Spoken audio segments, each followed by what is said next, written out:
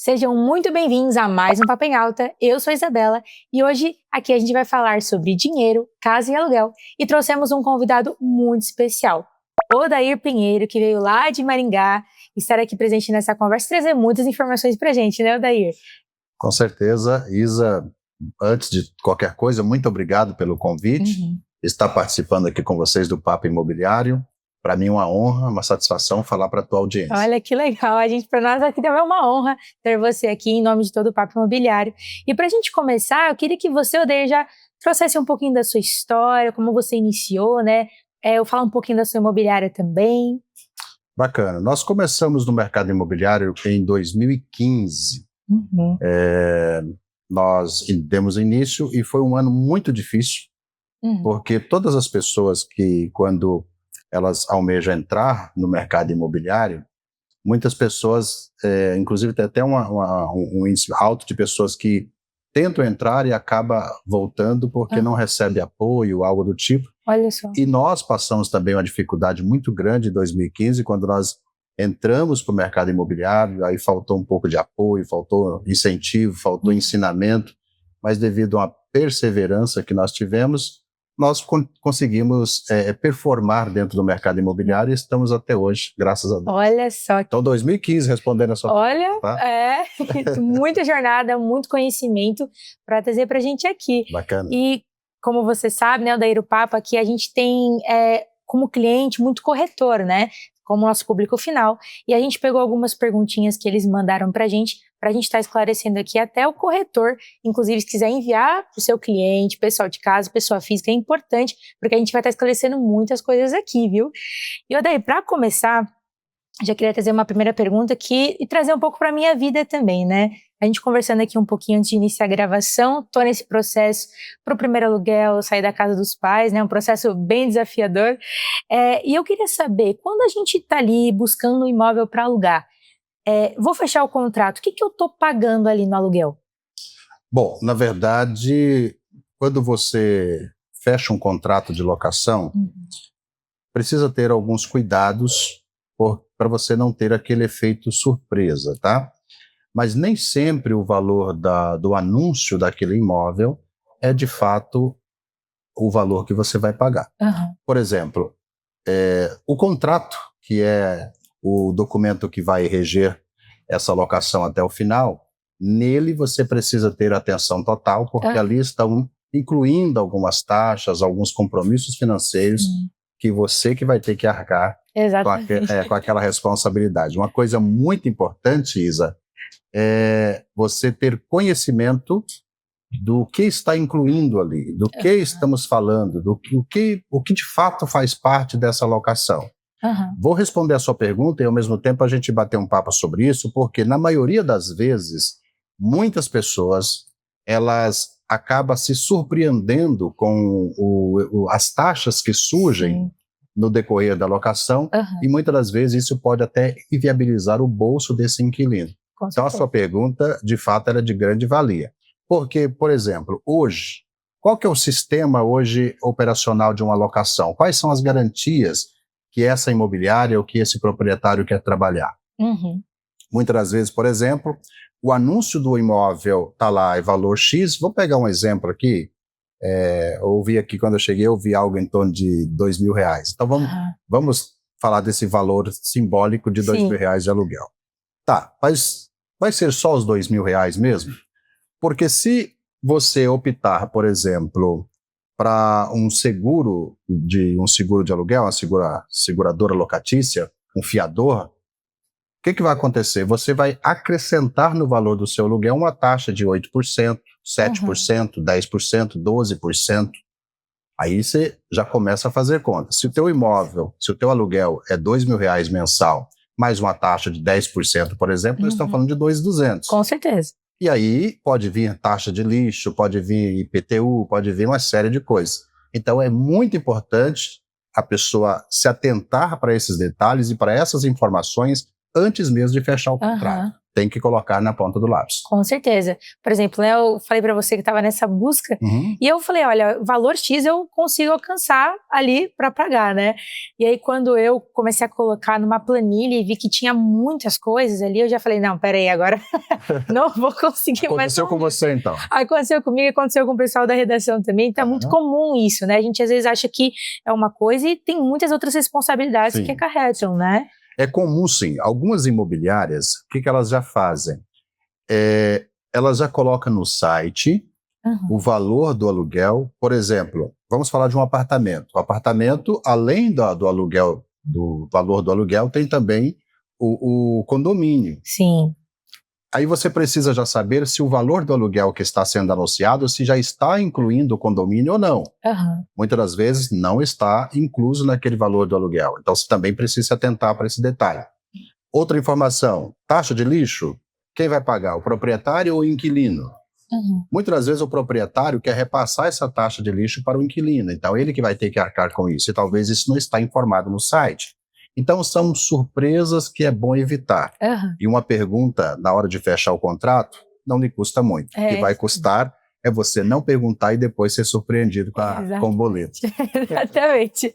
Até trazendo uma polêmica, né, que o IPTU, ele é um assunto muito polêmico aqui, né, no meio, até como dúvida, né, na sua visão, assim, né, muitas pessoas ficam, não, é o inquilino que deveria pagar, não, o proprietário. Nessas duas nuances que nós temos, quem deveria pagar o IPTU? Tá, eu vou responder para você com base na lei do inquilinato, depois eu dou a minha opinião, tá?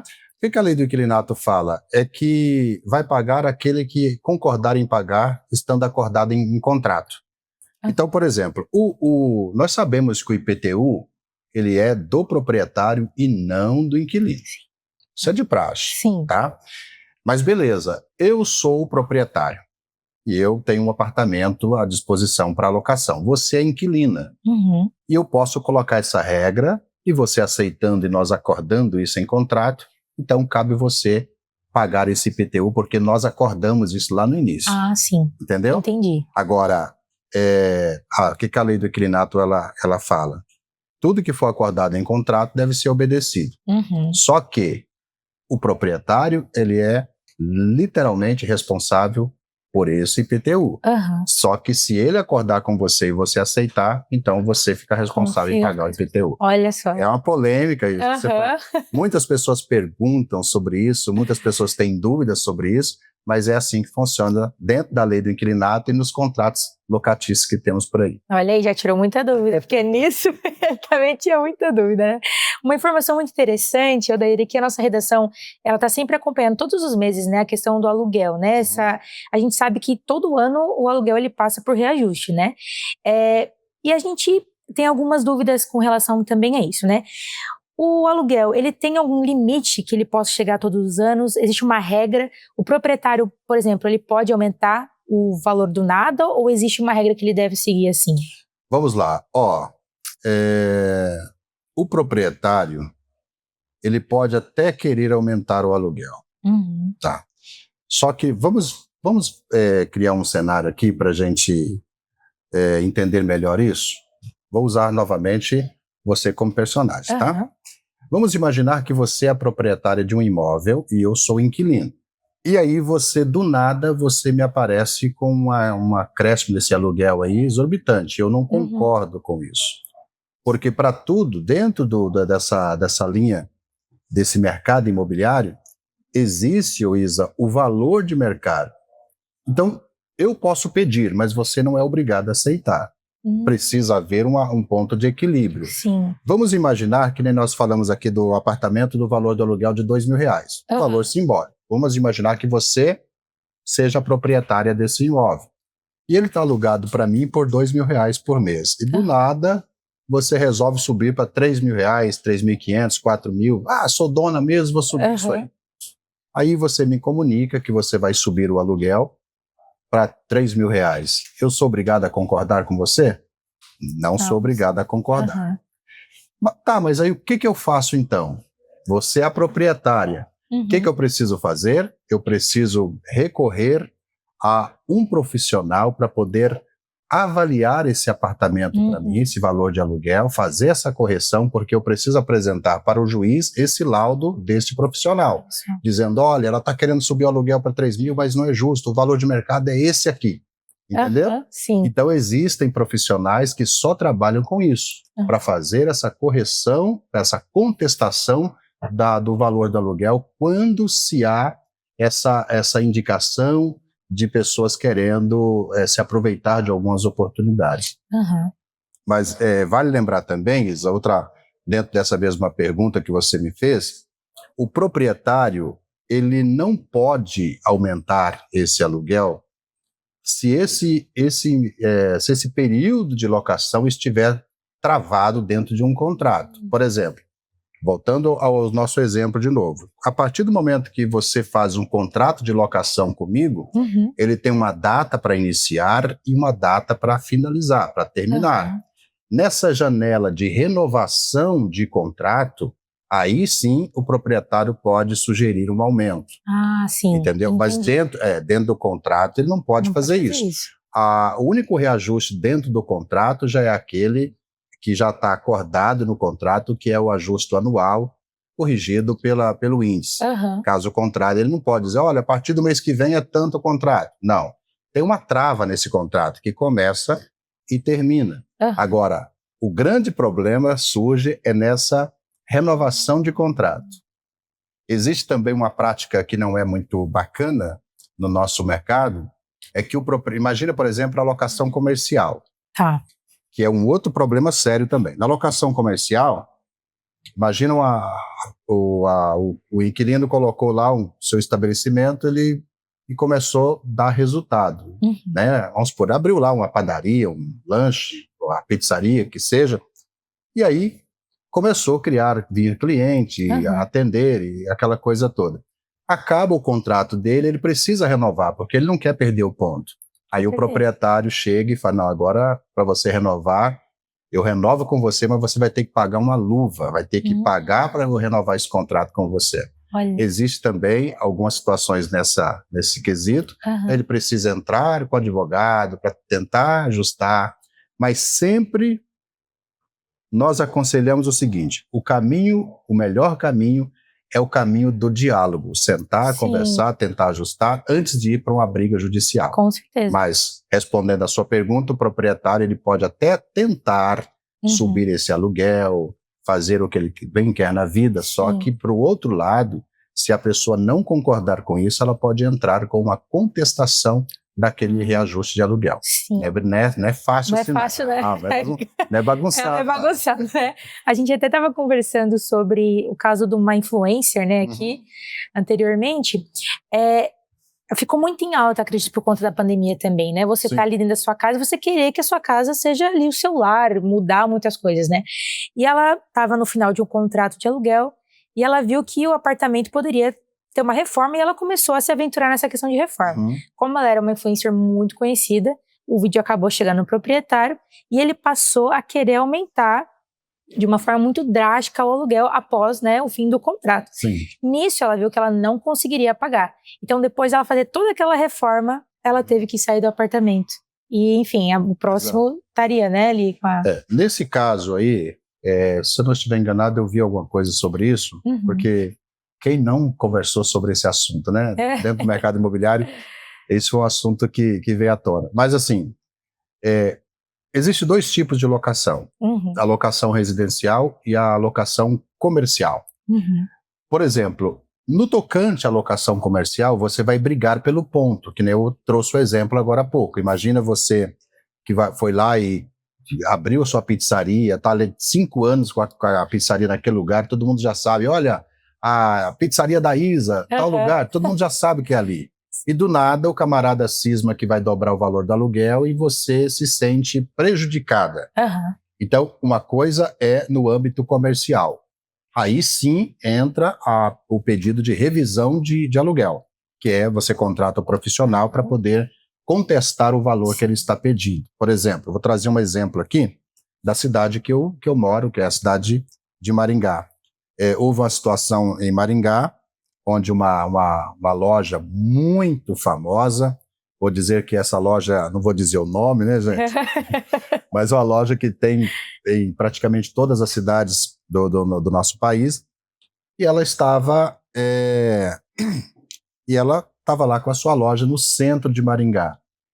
O proprietário pediu, na renovação do aluguel, queria dobrar o valor de aluguel. Só para vocês terem uma ideia, um aluguel de 50 mil, ele queria dobrar esse valor de aluguel. Meu Deus. E aí, então, ela foi e contratou uma corretora, uma profissional, que inclusive é amiga minha, para entrar com a revisão desse aluguel. E ela entrou, o juiz foi lá e, em cima do laudo dela, sustentou o valor que era o valor de mercado, e não o valor que o proprietário queria. Tá. Por causa disso, porque às vezes você acaba sendo vítima disso. Sim. Porque o poder não pode estar só na mão de uma pessoa, nesse quesito. São duas pontas. Sim. No caso da pessoa que você cita, como nós estamos falando de uma locação residencial, então a pessoa tem duas opções. Ela pode lutar pelos direitos dela, mas talvez nem vale a pena. Entendeu ou não? Sim. Então, vamos imaginar assim, para eu poder contratar esse perito, esse profissional para poder fazer todo o seu trabalho e apresentar o seu laudo, quanto custa isso? Entendeu? Vai depender do valor do imóvel. Mas ela vai ter que bancar isso, ela vai ter que pagar esse profissional. Aí fica aquela questão, né? Ela prefere bancar esse profissional para entrar com a correção, ou ela então abre mão da benfeitoria que ela fez no imóvel? Exatamente. E aí procura um outro imóvel. Exato. Então, talvez foi isso que ela entendeu que fosse a melhor saída para ela. Então, às vezes, não vale a pena entrar nessa briga, quando o assunto é locação residencial. Agora, locação comercial, nós estamos falando de ponto, estamos falando de cliente, estamos falando de carteira, estamos falando de recebimento, né? Faturamento, aí é outra conversa. Com certeza. E no nosso cenário de hoje, né, no Brasil, assim, muitas complicações vêm trazendo essas questões, mas você acha que hoje os aluguéis eles estão muito altos, ou o salário que talvez do brasileiro esteja muito baixo? Toda Toda vez que a gente vai falar entrar por esse caminho, a gente precisa ter um pouco de cuidado. É um assunto da economia brasileira que a gente não domina muito, mas a gente também percebe o que está certo e o que está errado. Né? Por exemplo, respondendo a sua pergunta e fazendo um comentário sobre os aluguéis sofreram, sim, alguns reajustes. Hoje, o que acontece? Qualquer proprietário de imóvel, ele sempre vai recorrer a uma oportunidade que ele tiver. E o que aconteceu recentemente no nosso país?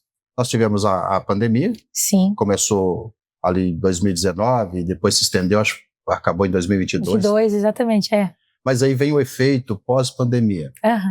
Esse efeito pós-pandemia trouxe um grande problema para os consumidores, né? Vou dizer assim, não para os proprietários, para os consumidores do ramo imobiliário.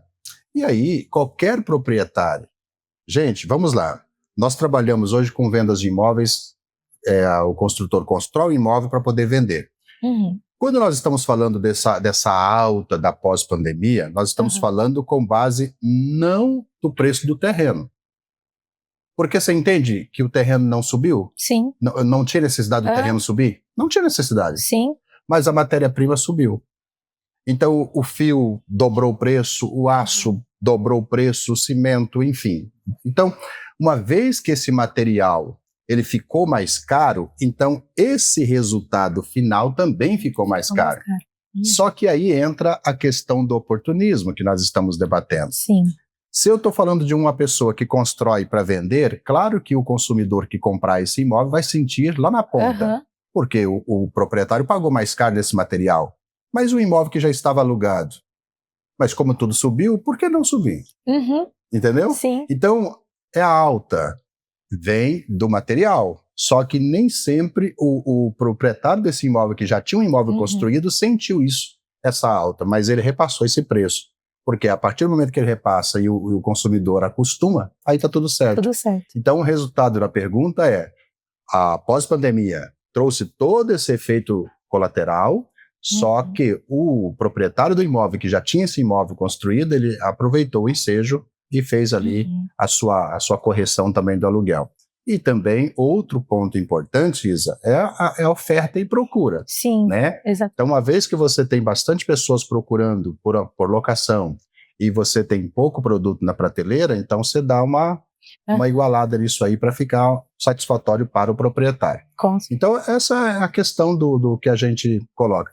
A questão do salário, se você perguntar para quem ganha salário, eles nunca vão estar satisfeitos. Com certeza. Nunca vai estar satisfeito. Falar baixo aqui para o teu patrão não escutar, né? Mas nunca vai estar satisfeito, Isa. É verdade. Mas assim, hoje você compra o que pode com aquilo que você ganha. Exatamente. Agora, quando você tem que pagar aluguel hoje, você precisa cortar um pouquinho mais do teu salário, porque o aluguel, sim, ele está um pouquinho acima do valor do salário que você ganha. E a gente sabe que a realidade dos brasileiros, por exemplo, né, aquilo, né, a gente, mesmo que a gente ganhe um tanto, o brasileiro tem aquela coisa de gastar um pouco mais, né, e às vezes fica ali naquela endividada e traz muitos problemas essa questão, e para quando você vai alugar um imóvel, passa a ser mais uma dívida e não algo que, né, deveria ser para você desfrutar ali, né, também. Aí você já entra num outro ponto que também é preocupante. 70% dos brasileiros não fazem educação financeira. Não tem a prática da educação financeira. Só 30% dos brasileiros, eles têm essa prática de fazer uma educação financeira e de gastar apenas aquilo que ganha. A maioria não gasta. A maioria das pessoas, estamos falando do nosso país, a maioria dos brasileiros, 70%, eles não fazem educação financeira e saem gastando por aí. Então, também vira uma bolha, vira um problemão na economia também. É verdade, isso é verdade.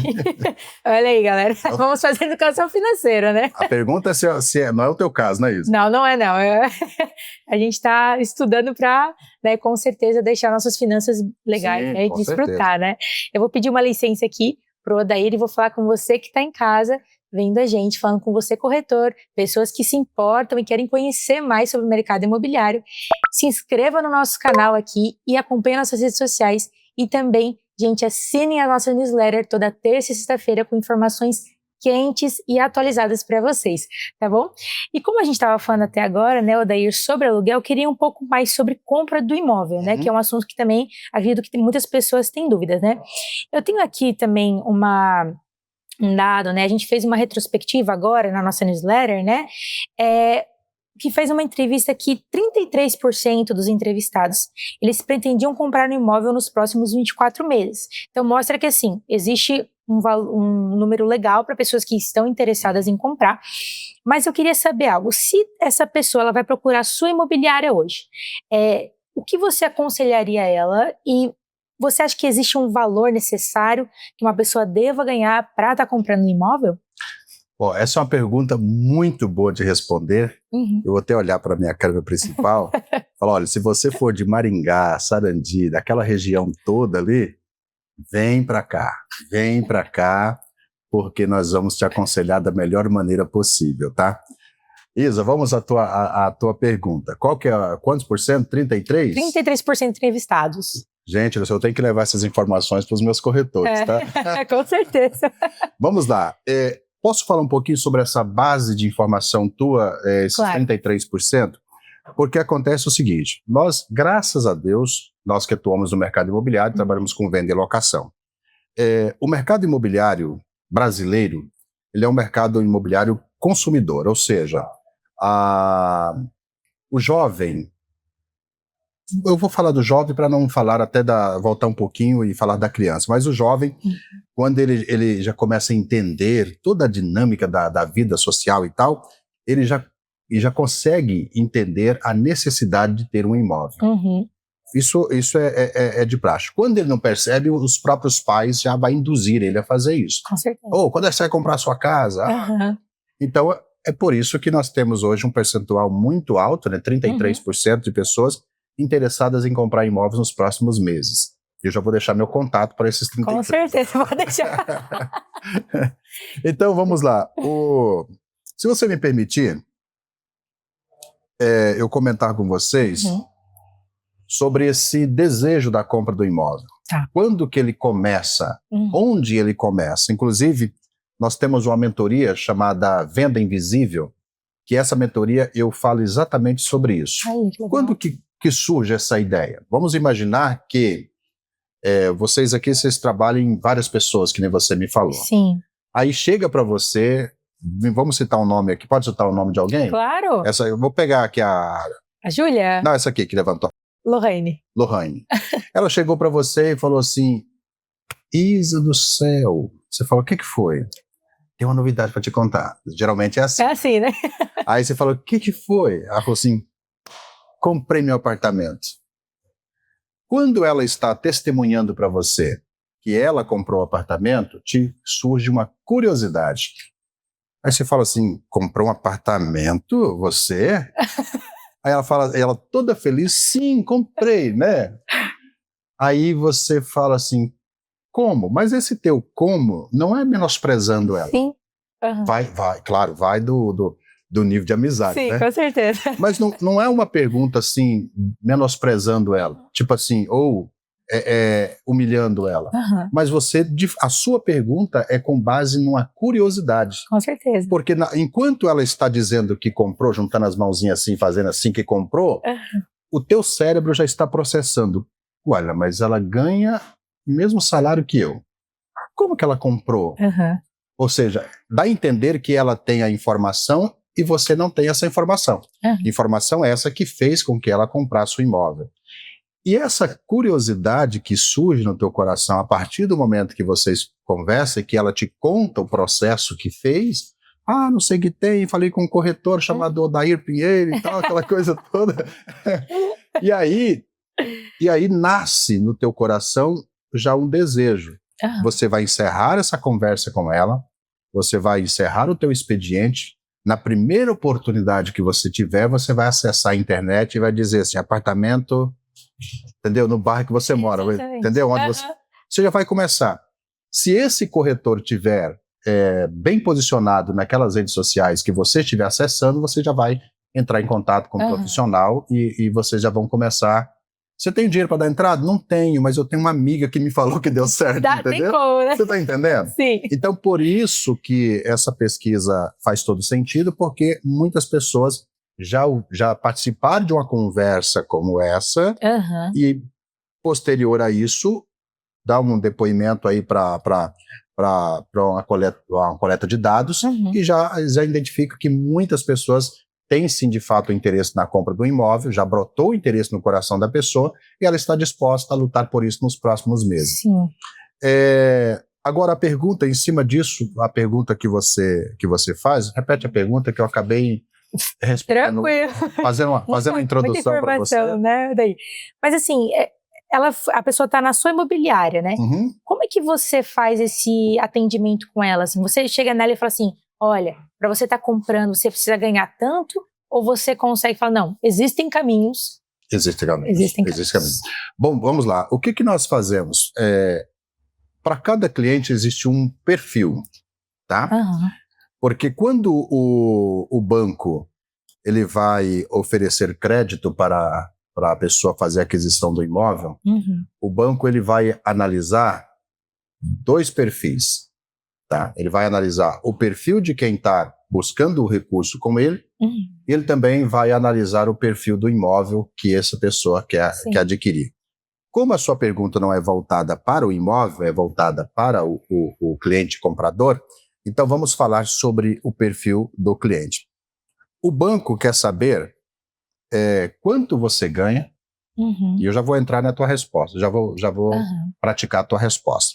O banco quer saber quanto você ganha, o banco quer saber do seu score, como é que está o seu score na praça, o banco ele quer conhecer você, certo? E hoje, falando um pouquinho dentro de um segmento muito comum no mercado imobiliário, que é o Minha Casa Minha Vida. Então, o que o banco vai fazer? A partir do momento que ele identificar a sua renda, ele vai classificar você dentro de uma linha de crédito no Minha Casa Minha Vida.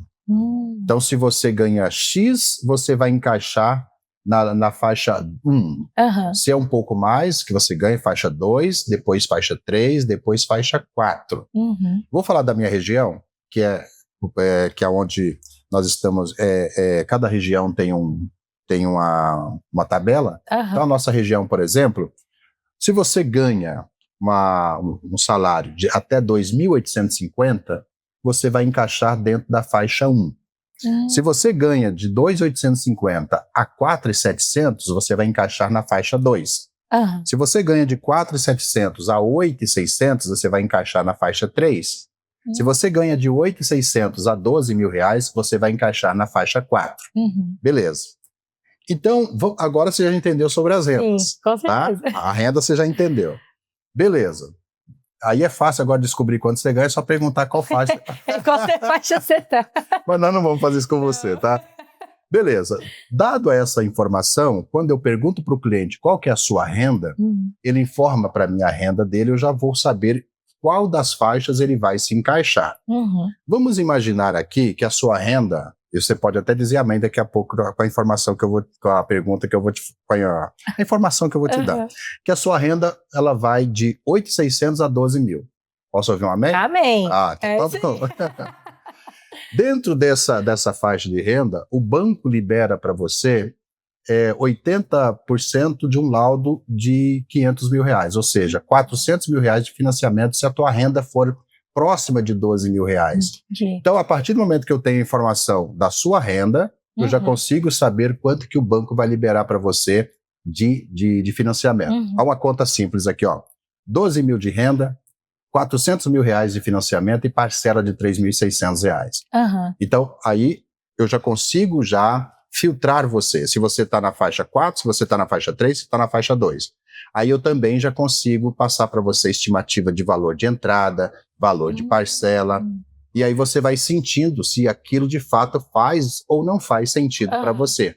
Mas hoje, dentro da pergunta que você fez, quando o cliente chega para mim, a primeira coisa que eu faço é sentar, conversar com ele, porque essa renda que nós estamos aqui colocando ela como o principal divisor de águas, ela também pode ser uma renda complementar, se a pessoa é casada, se não é, pode compor renda com alguém da família, você está entendendo? Então, o corretor que tem essa expertise, ele precisa sentar com esse cliente para entender qual que é o perfil dele. A partir do momento que ele entender o perfil dele, já consegue direcionar o cliente. Olha só. E você já viu, por exemplo, alguém que ganhava um salário significativo e mesmo assim ainda não conseguiu comprar um imóvel? Sim, existe porque nós vamos voltar novamente naquela informação que nós passamos, que 70% hoje dos brasileiros, eles não têm educação financeira, né? Não estudam sobre educação financeira. E aí eles acabam comprometendo essa renda. Por exemplo, na minha imobiliária, eu recebi um casal jovem, a jovem ela ganhava 3 mil reais e o esposo ganhava 20. Então nós estamos falando de um valor de 23 mil reais. E quando nós fomos avaliá-los, o banco negou crédito para eles. Porque, embora eles ganhassem 23 mil reais na renda somada dos dois, eles tinham um comprometimento de renda. Então, era parcela do carro, era parcela da moto, era mais não sei o quê. Então, porque assim, Isa, o que o banco faz? Lembra que eu falei para você que o banco vai avaliar o seu perfil? Beleza. O banco só vai comprometer da sua renda 30% do valor que você ganha. Então, se você tem uma renda de 10 mil reais, o banco entende que você só vai poder comprometer 3 mil reais por mês. Só que se você já ganha 10 e você já paga a parcela da moto de 1.500 reais, por exemplo, ou do carro de 1.500 reais, o banco não vai te liberar crédito para você comprar um imóvel. Sim. Você entendeu? É verdade. Então, às vezes, respondendo a sua pergunta, acontece muito da pessoa ter uma renda muito boa e mesmo com essa renda, ele não conseguir um crédito para comprar o imóvel. Porque a sua renda, embora seja boa, ela já está comprometida. Nossa, olha só. Importante a educação financeira, com certeza, né? E eu daí, por exemplo, eu falei para você no começo, né? Estou aqui na procura do imóvel para alugar. E até na compra, né? Muitas pessoas estão atrás de um imóvel para comprar. E quando eu fui lá, vi o imóvel, eu gostei muito. Eu olhei o valor e falei, olha, dá para eu negociar. E tentei ali conversar com o corretor, né? Claro. E ele passou para mim e falou, olha, nesse caso eu não posso negociar com você, será diretamente com o proprietário. E eu fiquei um pouco em dúvida, não entendi, né? Existe um mito, né? Se o corretor ele pode ou não aumentar ou diminuir esse valor. Como é que funciona para o corretor nessa parte, por exemplo? Tá, só para eu entender a sua pergunta. Você está dizendo que você, ao procurar um corretor, você fez uma proposta do imóvel? Isso. E aí teria que ser direto para o proprietário. Nesse caso, por exemplo, o corretor, eu vou usar um termo aqui não para diminuí-lo, mas ele é apenas o intermediador desse negócio. Sim. Então a palavra final é do proprietário. Então, por exemplo, acontece muito na nossa região, Thaisa, porque nós trabalhamos uma frente de venda muito volumosa, muito forte. Então acontece e a gente sempre está participando de algumas negociações.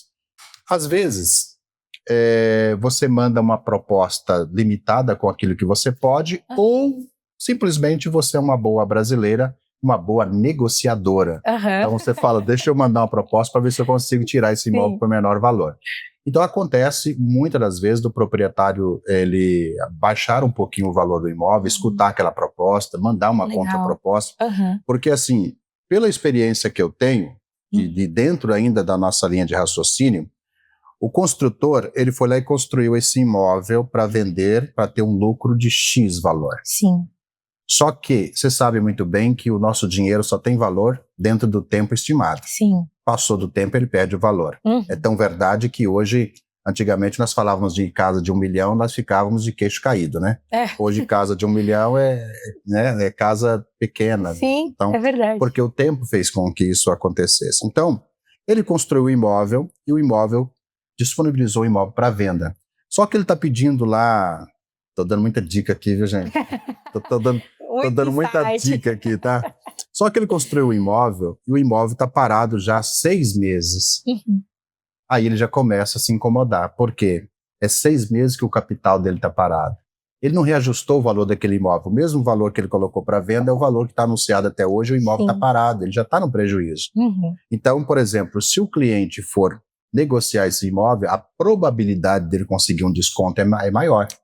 Porque ele tem um imóvel, mas ele tem pouca procura. Tá, para a primeira oferta que vier, pode ser que ele aceite essa proposta um pouco abaixo do valor. Mas é o corretor que vai falar com esse proprietário. Sim. Embora o corretor receba essa proposta, ele leva para o proprietário, cabe ao proprietário decidirem aceitar ou não aceitar ou fazer uma contraproposta. Olha só, bom saber. Agora eu já estou inteirada no tudo aqui. Calma, gente, vamos com calma. Com calma, né? Tô dando muita dica. Você tava dando muito insight valioso, né? E aqui eu vou trazer um pouquinho até para minha geração, né? Que é uma geração que hoje a gente vê que tá chegando nessa época, né? De querer um lar, né? Enfim, de construir isso, né? E a gente até vê que tem muitos empreendimentos que estão construindo para facilitar a vida do jovem, né? Claro, claro. Então, uma pergunta que eu tenho até, pessoal, e até muitas pessoas já mandaram, é vantajoso hoje um jovem se comprometer na compra de um imóvel, por exemplo, não diria dívida, mas esse investimento de vida é válido para ele fazer isso? É válido, sim, e muito válido, tá? Porque hoje há 2 tipos de compradores, tá? Dentro do mercado imobiliário, Thaisa. Tem aquele que compra para morar e o que compra para investir. Isso. Então, eu vou encarar a sua pergunta como um jovem que queira comprar tanto para morar quanto para investir. Tá. Porque as duas coisas são interessantes. Sim. Por mais que ele fale assim, mas eu vou comprar para morar, então não vou ter lucro disso, mas ele vai ter a valorização do seu patrimônio. E hoje, Isa, você pode pesquisar o quanto você quiser. Você vai chegar numa conclusão. Investir em imóvel é a melhor coisa que a pessoa pode fazer. Porque é um bem durável, ele traz renda para você, e ele valoriza com o passar do tempo.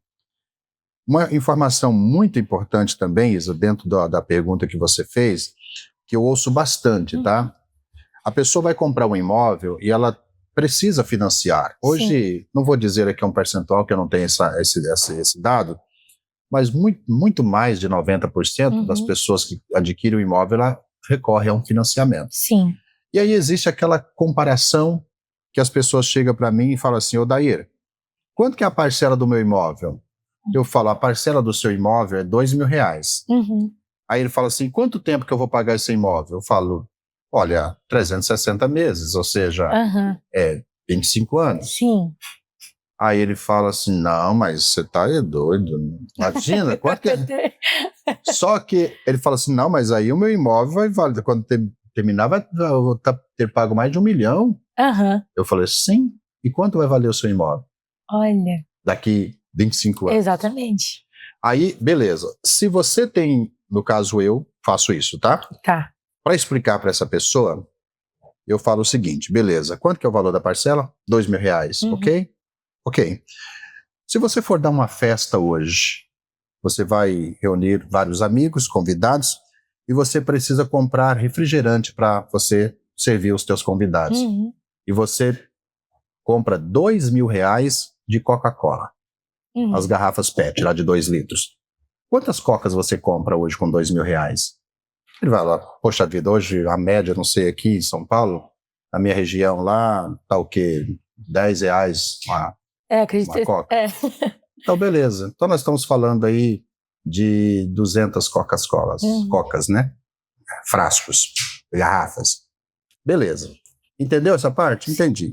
Agora, volta 25 anos atrás, pesquisa quanto que valia, quanto custava uma Coca-Cola 25 anos atrás. Exatamente. Porque você não consegue levar a pessoa para frente, para fazer ela pensar no futuro, mas você consegue retroceder com ela, para ela é mais lógico ela voltar do que adiantar. É verdade. Quando ela volta no tempo e percebe que 25 anos atrás ele pagava na Coca-Cola R$2, ou R$1,80, por exemplo, não tem essa informação aqui, mas era mais ou menos isso. Aí ele fala, caraca, é verdade, rapaz. Então, o teu imóvel vai valorizar tanto quanto a Coca-Cola. Exatamente.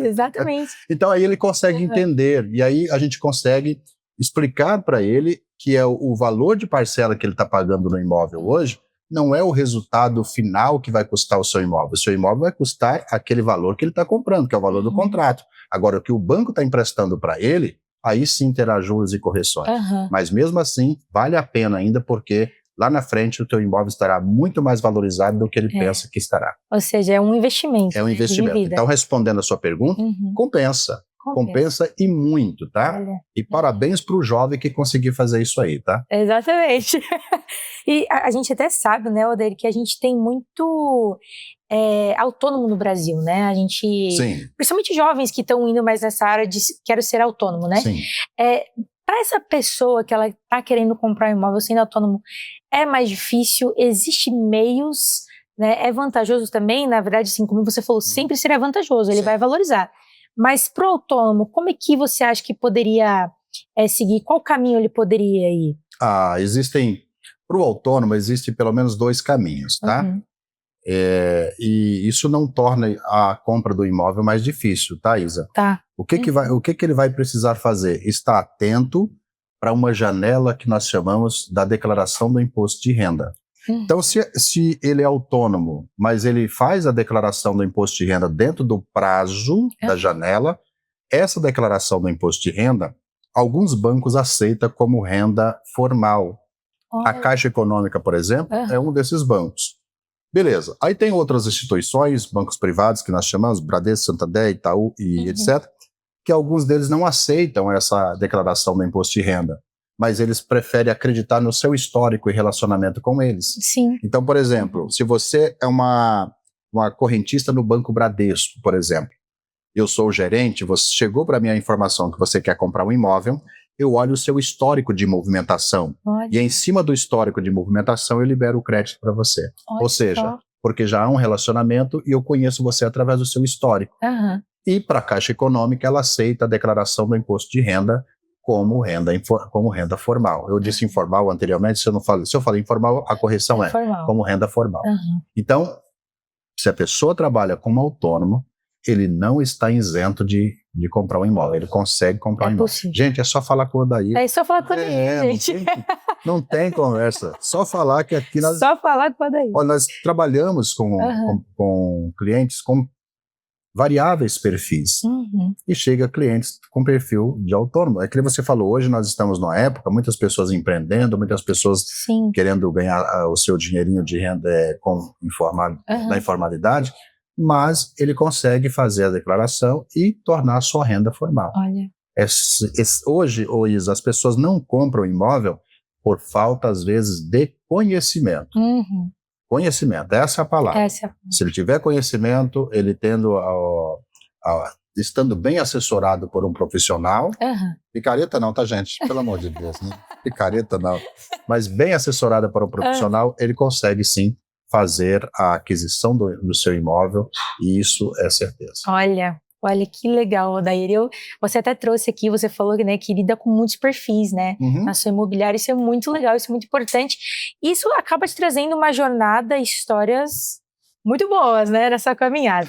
E eu queria saber de você, se tem uma história marcante que você tenha passado com o inquilino, que a gente às vezes gosta de saber de alguns acontecimentos para a gente aprender com ele, né? E uma história engraçada, algo que te marcou muito. Você tem essa história na manga?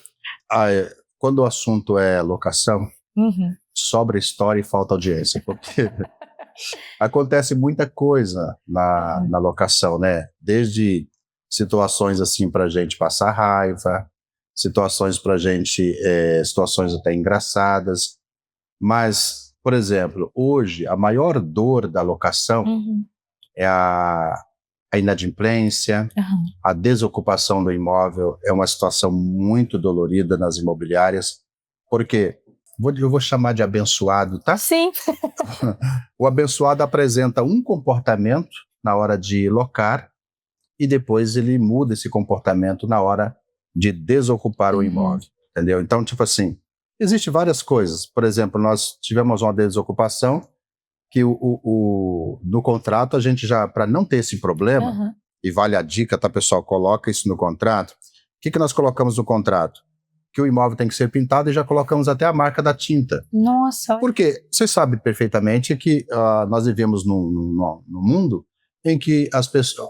Há quem diz que o mundo é dos mais espertos. É uma frase que a gente, claro, a gente não endossa isso, mas é o que a gente vê na prática. Sim, tá? É verdade. Então o que acontece? As pessoas, às vezes você entrega um apartamento com uma tinta, uma marca X, né? Vamos dizer a Coral, outro tipo de marca que tem, e na hora da pessoa pintar o mesmo apartamento, ele vai lá e pega a tinta mais barata e passa, pinta até com o pincel, de qualquer jeito. Então, para evitar esse tipo de coisa, a gente coloca no contrato tanto o dever de pintar, quanto a marca da tinta. Aí o camarada foi e pintou o apartamento, a casa só a metade da parede, mas não foi a metade assim, ele pintou só fez a barra. Meu Deus! E aí queria que a gente aprovasse isso, aprovasse a vistoria, e deu pano para manga. Tivemos que voltar lá, levar o pintor, contratar um pintor de fora para fazer a pintura.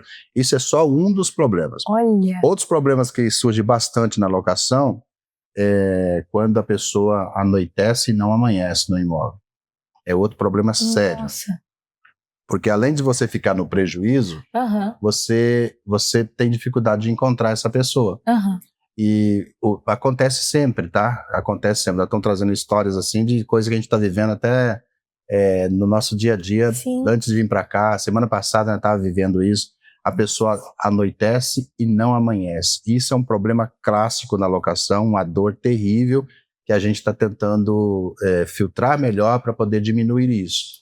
Mas assim, eu ia contar uma situação engraçada, mas eu vou deixar só para essas questões dolorosas, porque é muito complicado. Muito complicado quando você que administra uma carteira de locação, o cuidado que você tem que ter, porque você lida com pessoas, e as pessoas, às vezes, ela quer levar vantagem em cima de você, quer tirar proveito em cima de você. Se não tiver embasado em documento, isso aí você acaba sofrendo e arcando com um prejuízo.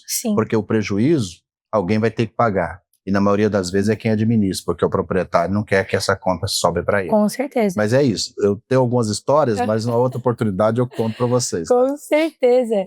E tem essa questão, né? Uma responsabilidade tão grande, é um caminho, um processo, né? Você tá ali comprando ou alugando um imóvel. Então, até quando você tá ali para sair, você precisa continuar mantendo essa responsabilidade. Você tá ali mostrando quem você é, né? Exato. Inclusive, Isa, eu lembrei de uma situação que, embora você não perguntou, mas eu acho que é interessante, a divisão de responsabilidades na locação. Porque são coisas que a gente ouve constantemente. A pessoa entrou no imóvel e, de repente... Nossa, eu lembrei da situação aqui agora.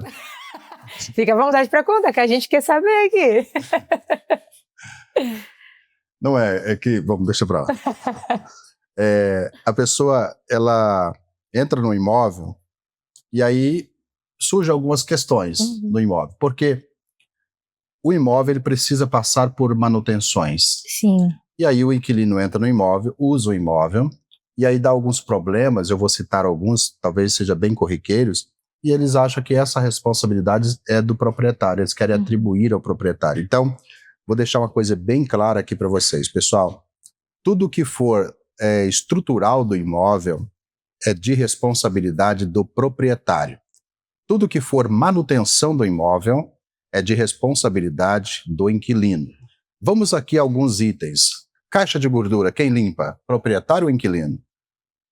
O inquilino, porque ele sujou, é responsabilidade dele. Outra coisa também, aquela rodana do portão quebra, de quem que é a responsabilidade? Depende do tempo de uso. Por exemplo, se o inquilino acabou de mudar no imóvel e aconteceu isso, aí é responsabilidade do proprietário, porque a pessoa nem usou para quebrar. Sim. Agora, se tem um tempo de uso e quebrou, é de responsabilidade do inquilino. Limpeza de calha, que é uma coisa séria também. Sim. De quem que é a responsabilidade? É do inquilino. Então, às vezes, o inquilino quer transferir essa responsabilidade para o proprietário, e nem sempre é de responsabilidade do proprietário. Então, é simples de você classificar isso. Tudo que for manutenção é do inquilino. Tudo que for estrutural é do proprietário, tá? Aí, por exemplo, algumas cidades não existe rede de esgoto, ainda tem fossa.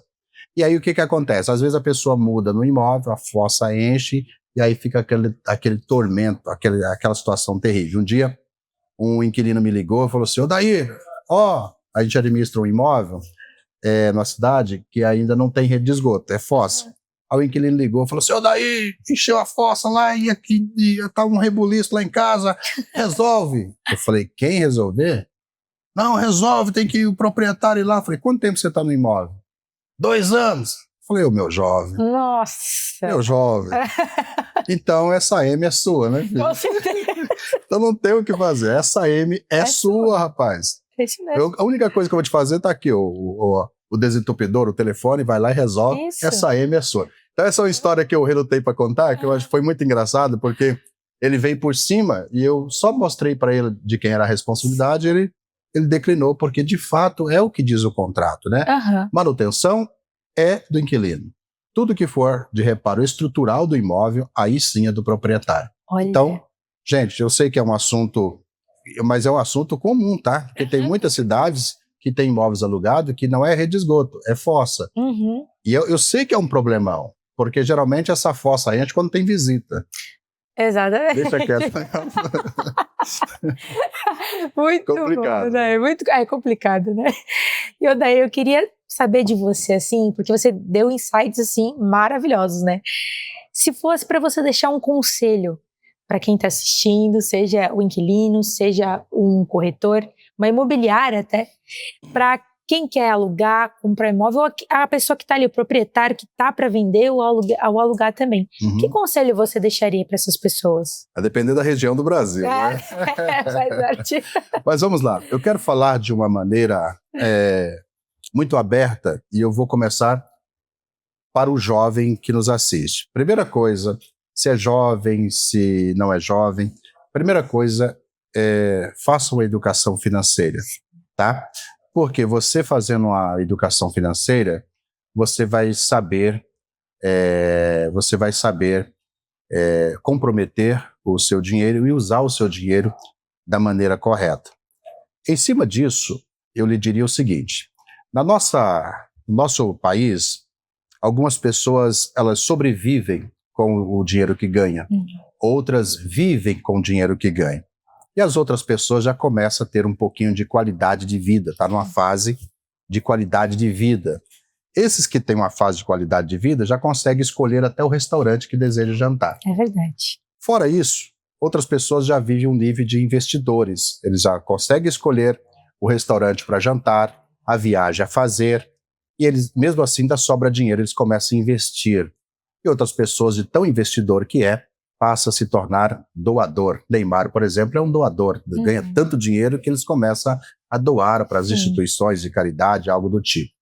Então, se você começar a fazer uma educação financeira, você precisa mirar também nesses níveis que nós estamos falando. e faça aquisições de imóveis, porque certamente o seu patrimônio estará seguro e protegido. Se você for da região de Maringá, é só falar conosco que nós vamos fazer a venda para você, tá? Proprietário de imóveis, não tenta administrar o seu imóvel. Deixa o seu imóvel em uma imobiliária da sua confiança, uma imobiliária onde trabalhe da maneira correta. Porque, às vezes, a locação, se você não souber administrar o seu imóvel, aquele barato vai sair caro, porque ele passa a ser uma grande ilusão. Então, deixa. Às vezes, muita prática, a prática do Brasil, geralmente é uma taxa de 10%, vale a pena. Vale a pena você pagar uma taxa administrativa de 10% para um profissional administrar o seu imóvel, do que você ficar aí perdendo noite de sono. Lembre-se, o problema não é você colocar alguém dentro do seu imóvel. O problema é você tirar essa pessoa de dentro do seu imóvel. Porque, às vezes, aquilo que você economizou, aquela taxa que você economizou, você acaba depois tendo um prejuízo muito maior do que isso. Então, não vale a pena, tá? Se você é um proprietário de um imóvel, deixa na responsabilidade de um profissional, deita e dorme. Simples. Deixa esse profissional cuidar disso, beleza? E outro conselho seria, nós falamos pro proprietário, falamos para os jovens, e aí pro imobiliarista, Isso. né? Imobiliarista, Imóbise. Se você está aí fazendo a sua locação, administrando essa carteira de locação, ainda na planilha, no Excel, meu jovem, sai dessa. Não faça mais isso, pare de sofrer, tá? Faça a aquisição do CRM da Imóbise, que com certeza você vai ter uma administração inteligente, como diz o Nilson, uma administração com toques. Você tocou, o negócio já flui para você e fica muito mais fácil você administrar a sua carteira de locação. Acho que então isso é os três conselhos, né? Que valioso, Odair, que valioso. O Odair até citou a Imóbise, né, nosso patrocinador aqui da Papo Imobiliário. E, Odair, passou tão rápido que a gente começou e já está para terminar, né, aqui. Odair, quero te agradecer imensamente por trazer esses insights, informações valiosas. Até eu, que vim aqui com muita dúvida, eu já estou me sentindo expert, porque muitas coisas que eu não sabia, vou sair daqui sabendo, né? Você está sendo bondosa aí. Não, olha, foi uma aula. Então a gente quer agradecer aqui em nome de toda a Papo Imobiliário. E, gente, Odair Pinheiro, imobiliária Girando a Chave, lá de Maringá. Não é isso mesmo, né? Isso. E assim, nós acabamos de criar um ecossistema da Andrali Imóveis, aí nós encerramos a operação da Girando e startamos para Andrali Imóveis. E se você me permite, Isa, claro, quero deixar também meus contatos, as redes sociais, aí, se você deseja seguir para poder adquirir um pouco mais de conhecimento, de repente foi relevante para você aquilo que nós conversamos hoje aqui. Então nós temos alguns Instagrams que eu vou citar pelo menos 2 deles, tá? Odair Pinheiro, você só digitar lá Odair Pinheiro, graças a Deus o meu nome é um nome um pouco mais selecionado. Odair Pinheiro, você digitou, você já encontra o nosso Instagram, e tem o OPA. O OPA é a Organização de Profissionais de Alta Performance, é uma plataforma que nós temos, o Instagram que nós temos, onde ali nós falamos de mentorias, cursos, damos dicas, tá? Então vale a pena. Não te custa nada seguir a gente. Com certeza. Tá, segue, pelo amor de Deus. E reforçando, o nosso time vai colocar todas as informações do Odair e do Papo aqui na nossa descrição. E vou reforçar com vocês, pessoal. Não se esqueça de seguir também o Papo em todas as redes sociais, assinar nossa newsletter, terça-feira e sexta-feira, com informações quentes e resumidas para vocês. E até o próximo Papo.